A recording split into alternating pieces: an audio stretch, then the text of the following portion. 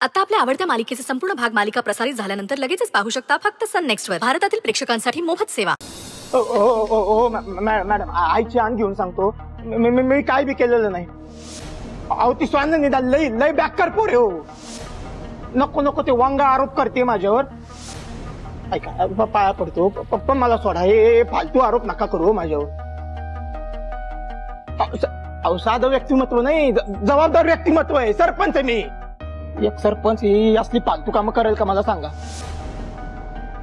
ऐका मी खरं सांगू का मुद्दा काय त्या स्वानंदीनं ना दुसरं कोणासोबत तरी तोंड काळं केलंय आणि आता माझं नाव बोंबलत फिरते ती.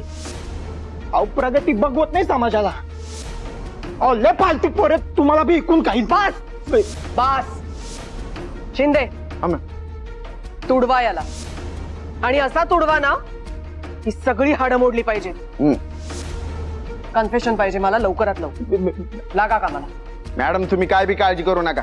असं पोपटा सारखं बोलाल बघा ते बी फक्त 10 मिनिटात. आमचा मार्ग असा बरोबर ठिकाणी असतो. बाबा तू जरा दामानं घे ना. तू कसला राग काढतोय. शांत बसून बोल. आईची आणे ना खोटी नाही घेत. नाही मानतो माझ्या आईला मी. ऐकून जा ना मॅडम. हो मॅडम. हो साहेब वर्दीचा रिस्पेक्ट करतो. हात द्यायचं नाही. हे बघा हो हे हात लावू नका. हो साहेब ऐक.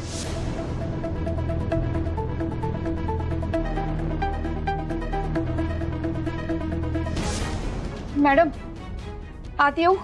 ये. मॅडम त्याने केलं का त्याचं पाप कबूल. त्या पार्टीच्या रात्री माझ्यासोबत जे काही बी त्याने केलं होतं ते त्यानेच केलं हे कबूल केलं का. मॅडम सांगा ना पटकन केलं का त्याने कबूल. स्वानंदी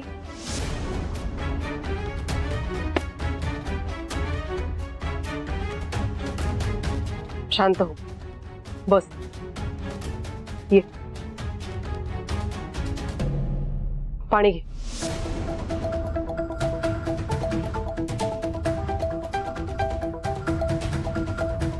स्वानंदी सरपंचाच्या मुसक्या आवळणं हे आपलं सगळ्यात महत्वाचं काम होतं आणि ते आपण केलेलं आहे. आता बाकी आहे त्याचं कन्फेशन.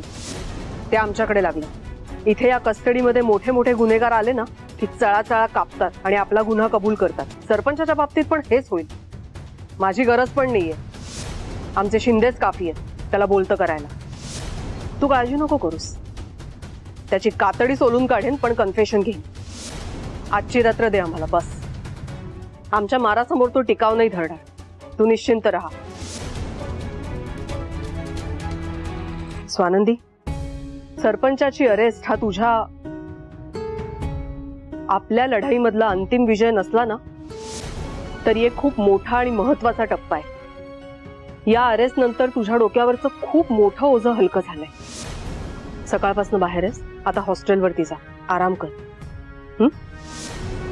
उद्या सकाळपर्यंत या सरपंचाचं कन्फेशन माझ्या टेबलवरती असेल. हो मॅडम येते मी. बरं रात्रीची वेळ आहे. मी हवालदारला पाठवू तुझ्या सोबतीला. नाही मॅडम जाईन मी. तुम्ही नका काळजी करू. ऑलराईट. पोचल्यावरती एक मेसेज पण कर. Thank you madam. येते मी.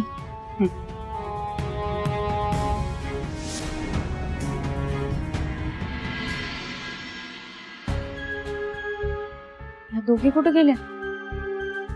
अंधार करून ठेवलाय नुसतं. वेलकम आनंदी. केक. आज कुणाचा बर्थडे विसरले का मी. सॉरी या दिवसभर कामामुळे माझ्या लक्षात नाही राहिलं. कुणाचा बर्थडे आहे. हातिमा तुझा बर्थडे नाहीये. जेसी तुझा बी बर्थडे नाही. अगं सांगा की कुणाचा बर्थडे विसरले मी. आनंदी तुझी मेमरी ना अशी एलिफंटची मेमरी आहे. बर्थडेज बरोबर लक्षात राहतात का तुझ्या. जेसी तूच सीख ले आनंदी से कुछ. बर्थ डेट का तो छोड़ लेकिन तू अगर गैस पे दूध रखती है ना तो गैस बंद करने का भी भूलती है. फातिमा आपण माझे फॉल्ट्स नंतर मोजूयात का. स्वानंदीचा दिवस आहे ना आज. स्वानंदी केक फक्त बर्थडेलाच कट करतात का. असं काही नाहीये. कारण केक कट करणं ही सेलिब्रेशन करण्याची पद्धत आहे. मग तो बर्थडेचा दिवस असू देत नाहीतर अजून कोणता.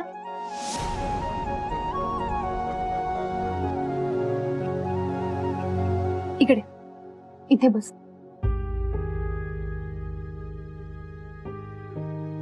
हे बघ, आय नो स्वानंदी, तुझ्या बाबतीत जे काय घडलंय ते चुकीचं घडलंय आणि त्यात सेलिब्रेशन करण्यासारखं काही नाहीये.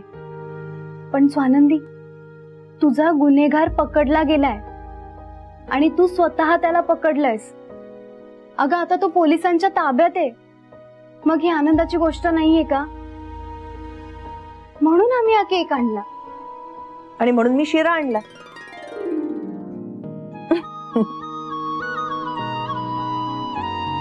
सगळ्यांना खायला दे. कमान स्वानंदी, cheer up. अगं तूच हॉस्टेल मधल्या मुलींना सांगत असते ना की कितीही वाईट प्रसंग आला, कितीही वाईट काळ आला तरी हिंमत नाही हारायची, त्याच्यात आनंद शोधण्याचा प्रयत्न करायचा. आयुष्यात कितीही दुःखाचा मोठा डोंगर जरी समोर आला ना तरी हिंमत नाही हारायची, आनंद शोधायचा आणि छोटे छोटे आनंदाचे क्षण साजरे करायचे आणि त्याच्या आठवणी मनात कायम ठेवायच्या. कोण सांगतं हे सगळं? तूच ना स्वानंदी. तुझ्या आयुष्यात, तुझ्या लढ्यामध्ये एवढी मोठी डेव्हलपमेंट झाली आहे, मग त्याचा आनंद नाही मानायचा, सेलिब्रेट नाही करायचं कसं स्वानंदी? तुला माहिती तुझा गुन्हेगार नुसता पकडला गेला नाहीये तर तू त्याला पकडून देण्यासाठी मदत केली, स्वतःच्या हाताने तू त्याला पकडलायस. किती मोठी गोष्ट आहे ही, हिम्मत लागते याला. तुझ्या जागी एखादी दुसरी मुलगी असती तर कोलमडून पडली असती. कदाचित तिने चुकीचं पाऊलही उचललं असतं, पण तू हिम्मत दाखवलीस. खरंच मला तुझ्या हिमतीचा हेवा वाटतो. इतकंच काय तर तुझ्या जागी मी असते ना तर मी सुद्धा हे करू शकले नसते. पण तू शेवटपर्यंत लढा दिलास आणि गुन्हेगाराला पकडून देण्यासाठी पोलिसांची मदत केली. I am so proud of you.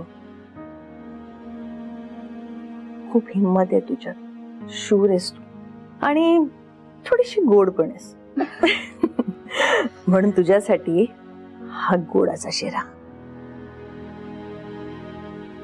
Thank you madam. Okay. खरं सांगू, सरपंच पकडला गेला म्हणून मी देवासाठी हा गोडाचा शिरा नैवेद्याला केला होता. दिवा लावून देवाला प्रार्थना केली की त्या सरपंचाला जास्तीत जास्त शिक्षा मिळू दे, त्याच्यावरचे सगळे आरोप सिद्ध होऊ दे आणि त्याचं हे लाजीरवाणं कृत्य जगासमोर येऊ दे आणि माझ्या स्वानंदीला न्याय मिळू दे.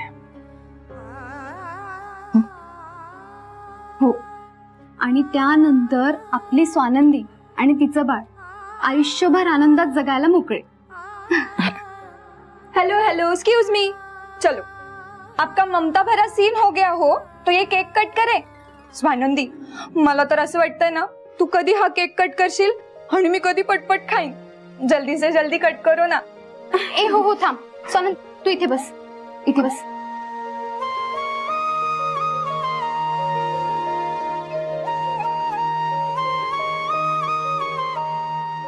आज या सेलिब्रेशन मध्ये मणी सर असायला हवे होते.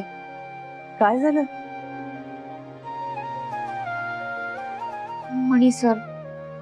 मणी सरांची आठवण येते.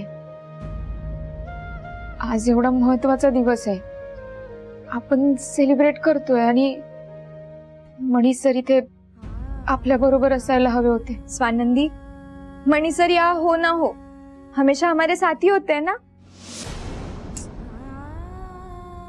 म्हणजे कसं काय? अहो म्हणजे मॅम, मणी सर आपल्या आता सोबत नाहीयेत ना. इतर वेळेस ते आपल्या सोबत असायचे, आता ते लांब आहेत आणि आता आपण त्यांना विसरलो नाहीये, मग ते आपल्या आठवणीत आपल्या सोबत आहेत असं म्हणायचंय तिला. हो ना फातिमा? हाँ हाँ, ऐसे ही बोलना था मैम. स्वानंदी, केक कट करना प्लीज.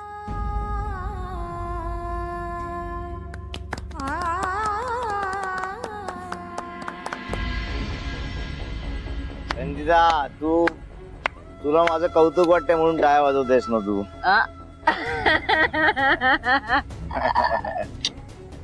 ह्या टाळ्या सेलिब्रेशन साठी आहे.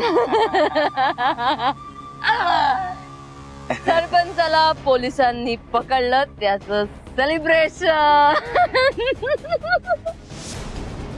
सुजित, पोलिसांनी सरपंचाला तोडला असेल.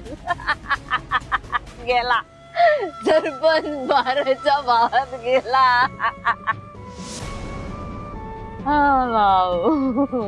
ए वेव वेव, कसं झालं सेलिब्रेशन? तू खुश आहेस ना? मी खूप खुश आहे. चला, सेलिब्रेशन मस्त झालं. ए वेव, चला आता घरी जायला हवं. अरे उशीर झालाय. मॉम जागी असते. नो नो नो नो, मम्मा नाहीये जागी. मम्मा झोपलीये. तुला नाही माहित, मी पोहोचेपर्यंत झोपत नाही ती. झोपत नाही, मला टेन्शन येतं घरी जाईपर्यंत. सो आपण जाऊ. Okay good. ऐक ना, मी सांगते ना मम्मा झोपले. तुला कसं माहित? आपण जेव्हा पार्टी करत होतो ना, तेव्हा मी मम्माला कॉल केला होता. मी सांगितलं की सुजित आणि मी पार्टी करतोय, आम्ही एकत्र आहोत, तुम्ही झोपून जा.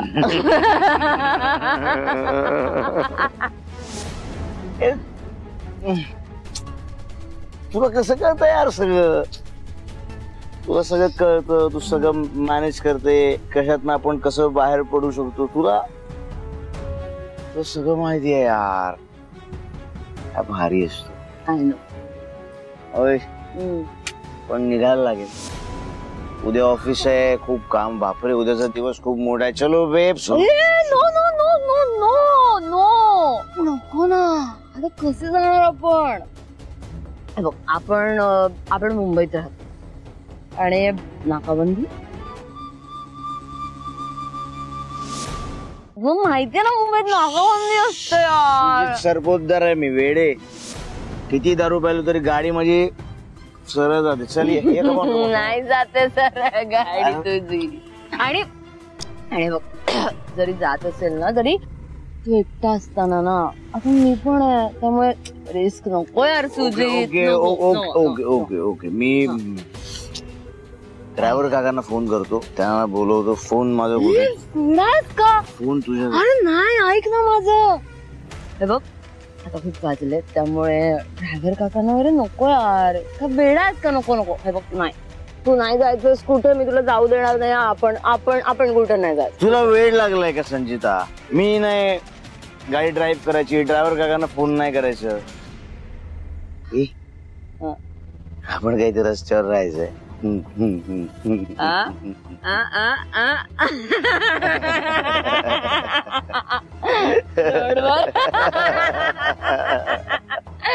नाही सांगते, इकडे आपण तिकडे पार्टी केली ना, तिकडे राहायचं आपण त्यांना सांगूया की आम्ही इथे पार्टी केली नाही का मगाशी, मग तुम्ही आम्हाला एकच रूम द्या, आम्ही राहतो एका रूम मध्ये. पण त्याआधी आपण एक असा मोठा वॉक घेऊया, मस्त असं चालूया मस्त. मग आपल्याला बरं वाटेल, मग आपण झोपू, उद्या सकाळी जाऊ. चालेल. ओके चालेल.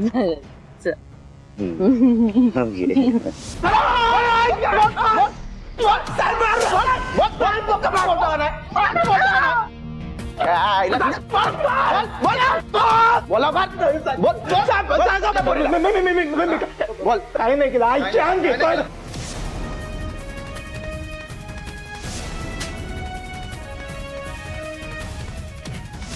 शिंदे, कसं आहे ना सरपंच, जे काही घडलंय ते तुलाही माहिती आणि मलाही. फक्त ते तुझ्या घाणेरड्या तोंडातून बाहेर पडायची मी वाट बघते. झोप आली रे मला खूप. घरी जाऊन झोपायचं. तुलाही देते झोपायला लवकर. चालेल? बोल. मारू नका. मी बोबलू सांगतोय. मी काय केलं नाही तरी तुम्ही तुडवताच. बस. आणखी काय वेगळं सांगू आता? काय घडलंय ना ते सगळं सांग. या गुन्ह्याला कमीत कमी शिक्षा कशी होईल तुला हे बघेन मी. बोल. मी सांगतो, खरं काय ते सांगतो बाबा. मी काय नाही केलं. परत काय नाही केलंय? स्वानंदी ना फुकटचं लक्षण लावलं माझ्या मागं. मी आई जान घेऊन सांगते मी काय नाही केलं. तिला स्वतःला माहित नाही तिच्या पोटात कोणाचं बाळ आहे. आणि तुम्ही अजून किती तुडवलं ना तर हे वांगा आरोप मी मान्य नाही करणार. काठी आणा. नको ना मॅडम. ते कशी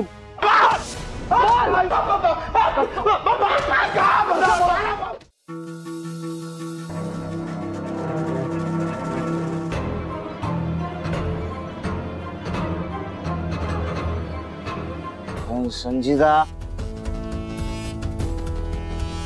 संजिता, आपण घरी कधी जाणार? आपण सकाळी जायचं घरी. तोपर्यंत तू छान आराम कर. मी इकडेच आहे. तू आहेस ना? तू आहेस मग मला कसलीच काळजी नाही आज. तुला किती काळजी आहे यार माझी संजिता. आणि मी किती मूर्ख आहे यार. मी तुला आजपर्यंत कधीच साधं थँक्यू पण नाही म्हणलो. सॉरी. सॉरी कशाला?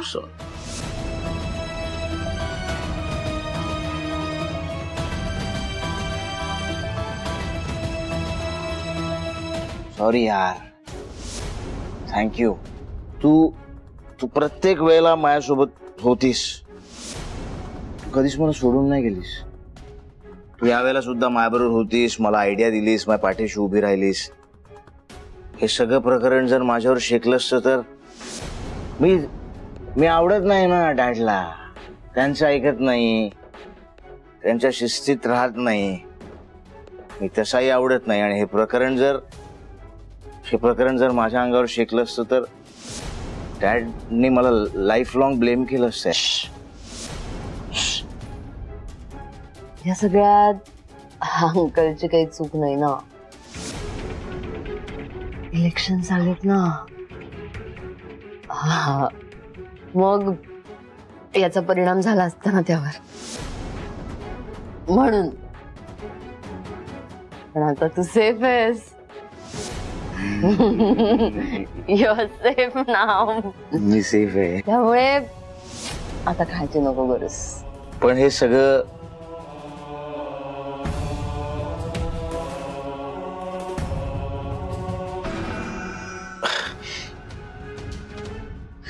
तुझ्यामुळे. सगळं थँक्यू यार. खरंच खूप थँक्यू.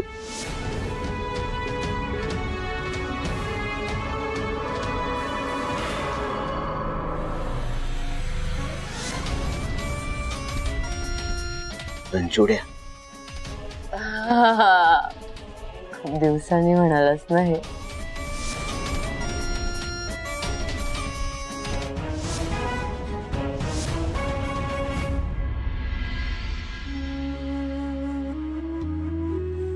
तुझे आभार कसे मानू ना हेच कळत नाहीये. तुझ्यामुळे सरपंचाला पकडायला मदत झाली. आता फक्त त्याने त्याचा गुन्हा कबूल केला म्हणजे झालं. जे काही बी घडलंय त्यात माझी काहीच चूक नाहीये हे लोकांना पटेल. आणि तेव्हा मला माझ्या बाळाला जगातली सगळी सुख द्यायची आहेत. त्याला लई मोठं करायचंय. या बाळाची आई आणि बाबा दोन्ही मीच असणार आहे. त्यामुळं मी दोन्ही जबाबदाऱ्या पार पाडू शकल एवढी शक्ती मला दे. आणि आता दुःख नको. आहे तेवढं बस झालं. इथून पुढे आनंद असू दे आणि याच वातावरणात माझ्या बाळाला जन्म घेऊ दे. तू माझं ऐकशील, माझा विश्वास आहे तुझ्यावर.